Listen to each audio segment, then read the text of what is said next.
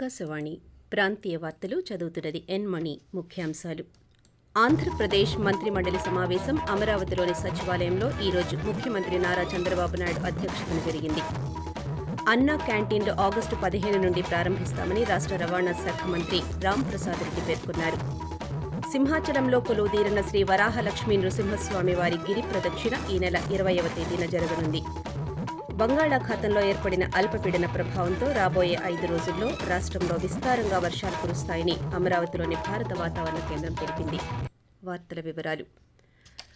ఆంధ్రప్రదేశ్ మంత్రిమండలి సమావేశం అమరావతిలోని సచివాలయంలో ఈరోజు ముఖ్యమంత్రి నారా చంద్రబాబు నాయుడు అధ్యక్షతన జరిగింది. ఈ సమావేశంలో పలు కీలక అంశాలకు ఆమోదం తెలిపారు.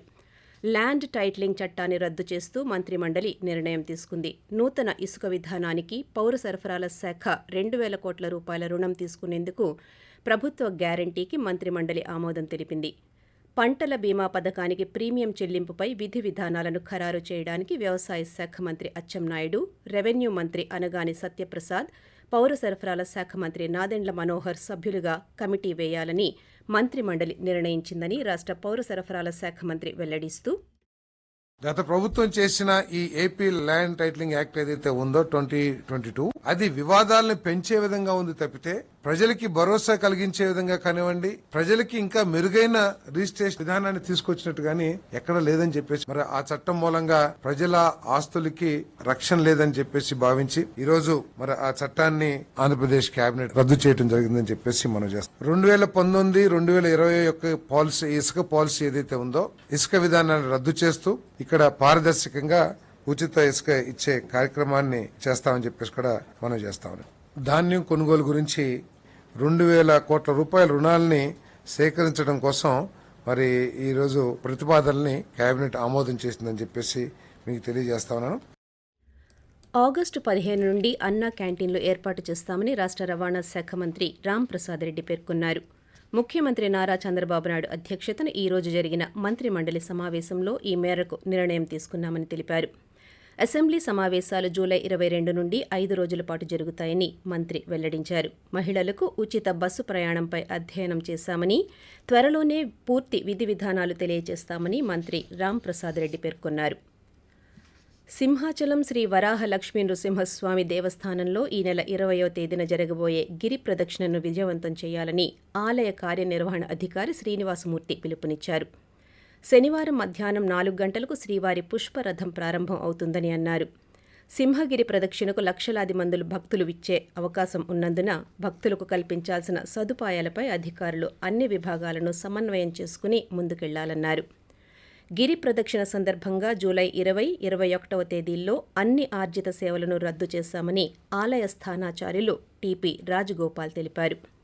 20వ తేదీన సింహగిరికి వచ్చే భక్తులకు రాత్రి 10 గంటల వరకు, 21వ తేదీన సాయంత్రం 4 గంటల వరకు దర్శనాలు లభిస్తాయన్నారు. కొండ దిగువన తొలి పావంచ నుంచి ప్రారంభమయ్యే గిరి ప్రదక్షిణ ఉత్సవం పాత అడవివరం, ముడసర్లోవా, హనుమంతవాక, జోడుగొళ్లపాలెం ప్రాంతాల మీదుగా సింహాచలం చేరుకుంటుందని తెలియజేశారు. ముఖ్యమంత్రి నారా చంద్రబాబు నాయుడు ఈ రోజు సాయంత్రం ఢిల్లీ వెళ్లనున్నారు. మంత్రి మండలి సమావేశం ముగిశాక ముఖ్యమంత్రి ఛాంబర్లో తెలుగుదేశం పార్టీ మంత్రులతో ఆయన మాట్లాడుతూ, రాష్ట్ర ప్రయోజనాల కోసమే ఢిల్లీ వెళ్తున్నానని, ఉచిత ఇసుక విధానంలో మంత్రులు, శాసనసభ్యులు జోక్యం చేసుకోరాదని సూచించారు. అక్టోబర్ తరువాత ఇసుక రీచులన్నీ అందుబాటులోకి వస్తాయని, డంప్ యార్డుల్లో 43 లక్షల టన్నుల ఇసుక ఉందని అన్నారు. లోటు బడ్జెట్ ఉందని గ్రహించి మంత్రులు పనిచేయాలని, సంబంధిత శాఖల అంశాలపై ప్రతి నెల సమీక్ష చేయాలని మంత్రులకు దిశానిర్దేశం చేశారు. ఆంధ్రప్రదేశ్ శాసనసభ వ్యవస్థకు సెక్రటరీ జనరల్గా సూర్యదేవర ప్రసన్నకుమార్ నియమితులయ్యారు. సభాపతి చింతకాయల అయ్యన్న పాత్రుడు సమక్షంలో ఈ రోజు ఆయన బాధ్యతలు స్వీకరించారు. ప్రసన్నకుమార్ను సభాపతి చింతకాయల అయ్యన్న పాత్రుడు సెక్రటరీ జనరల్ పదవికి ఎంపిక చేశారు. శాసన మండలి చైర్మన్ కొయ్యే మోషేన్ రాజు, శాసనసభ వ్యవహారాల మంత్రి పయ్యావుల కేశవ్ స్పీకర్ ప్రతిపాదనకు ఆమోదం తెలిపారు. అనంతరం ముఖ్యమంత్రి నారా చంద్రబాబు నాయుడు ఈ నియామకాన్ని ధృవీకరించారు. ప్రసన్నకుమార్ సూర్యదేవర గతంలో ఢిల్లీలో ఆకాశవాణి వార్తా విభాగంలో తెలుగులో విభాగాధిపతిగా పనిచేశారు. ఆకాశవాణి ప్రాంతీయ వార్తలు వింటున్నారు. బంగాళాఖాతంలో అల్పపీడనం ఏర్పడడంతో రాష్ట్ర వ్యాప్తంగా విస్తారంగా వర్షాలు కురుస్తున్నాయి. అత్యధికంగా కృష్ణా జిల్లా కృత్తివెన్నులో నిన్న 65.75 మిల్లీమీటర్ల వర్షపాతం నమోదైంది. ఈ నెల 19వ తేదీన పశ్చిమ మధ్య వాయవ్య బంగాళాఖాతంలో మరో అల్పపీడనం ఏర్పడే అవకాశం ఉందని, దీని ప్రభావంతో రాబోయే 5 రోజుల్లో రాష్ట్రంలో విస్తారంగా వర్షాలు కురుస్తాయని అమరావతిలోని భారత వాతావరణ కేంద్రం పేర్కొంది. రాష్ట్ర వ్యాప్తంగా రేపు కోస్తా జిల్లాల్లో భారీ వర్షాలు కురిసే అవకాశం ఉందని, గురు, శుక్రవారాల్లో కోస్తా జిల్లాలో భారీ నుంచి అతి భారీ వర్షాలు కురుస్తాయని అంచనా వేసింది. సముద్రం అలజడిగా ఉంటుందని, మత్స్యకారులు వేటకు వెళ్లరాదని హెచ్చరికలు జారీ చేసింది. ఇదిలా ఉండగా పశ్చిమ తీర ప్రాంతంలో అత్యంత భారీ వర్షాలు కురిసే అవకాశం ఉందని, అందులో భాగంగా కొంకణ్, గోవా, మహారాష్ట్ర, గుజరాత్, కర్ణాటక, సౌరాష్ట్ర, కచ్లలో అతి భారీ వర్షాలు కురిసే అవకాశం ఉందని భారత వాతావరణ శాఖ తెలియజేసింది. ఈ ప్రాంతాల్లో రెడ్ అలర్ట్, కేరళలో ఆరెంజ్ అలర్ట్ ఇప్పటికే ప్రకటించింది. పోలీస్ స్టేషన్లు, పోలీసు శాఖ ఆధీనంలో ఉన్న స్థలాన్ని సాక్షుల విచారణ స్థలంగా పేర్కొనరాదని కేంద్ర ప్రభుత్వం రాష్ట్రాలు, కేంద్రపాలిత ప్రాంతాలను కోరింది. ఈ మేరకు కేంద్ర హోంశాఖ కార్యదర్శి అజయ్ భల్లా అన్ని రాష్ట్రాల ప్రధాన కార్యదర్శులు, కేంద్రపాలిత ప్రాంతాలకు లేఖ రాశారు. భారతీయ నాగరిక సురక్ష సంహిత 2023 కింద ఆడియో, వీడియో, ఎలక్ట్రానిక్ మార్గాల ద్వారా సాక్షుల విచారణ కోసం నిర్ణీత స్థలాన్ని గుర్తించాలని అన్ని పోలీస్ స్టేషన్లను కోరింది. ప్రధానమంత్రి నరేంద్ర మోదీ తన మనసులోని భావాలను ఆకాశవాణి ద్వారా దేశ ప్రజలతో పంచుకునే మన్ కీ బాత్ మనసులోని మాట కార్యక్రమం 112వ సంచిక ఈ నెల 28వ తేదీ ఆదివారం ప్రసారమవుతుంది. మన్ కీ బాత్ కార్యక్రమానికి ప్రజలు తమ సూచనలు, సలహాలు అందించాలని ప్రధానమంత్రి కోరారు. ప్రజలు తమ స్వర సందేశాలను 1800117800 నెంబరుకు ఈ నెల 26వ తేదీ సాయంకాలం వరకు పంపవచ్చు. విమాన ప్రయాణాన్ని మరింత అందుబాటులోకి తీసుకురావడం ప్రభుత్వ ప్రధాన ధ్యేయమని పౌర విమానయాన శాఖ మంత్రి కింజరాపు రామ్మోహన్ నాయుడు అన్నారు. ఈ రోజు న్యూఢిల్లీలో జరిగిన 2వ ఏషియా పసిఫిక్ మినిస్టీరియల్ కాన్ఫరెన్స్ 2024 ప్రారంభోత్సవ కార్యక్రమాన్ని ప్రారంభించారు. ఈ సందర్భంగా మంత్రి మాట్లాడుతూ, దేశంలో పౌర విమానయానానికి సంబంధించిన బలమైన మౌలిక సదుపాయాలను నిర్మించడానికి ప్రభుత్వం తీసుకున్న కార్యక్రమాలను ప్రస్తావిస్తూ, విమానయాన రంగం యొక్క భవిష్యత్తుకి సుస్థిరత అనేది ప్రధాన అంశంగా ఉండాలన్నారు. కర్బన ఉద్గారతని తగ్గించడానికి పర్యావరణ అనుకూల సాంకేతిక పరిజ్ఞానాన్ని అవలంబించాలని కేంద్ర మంత్రి పేర్కొన్నారు.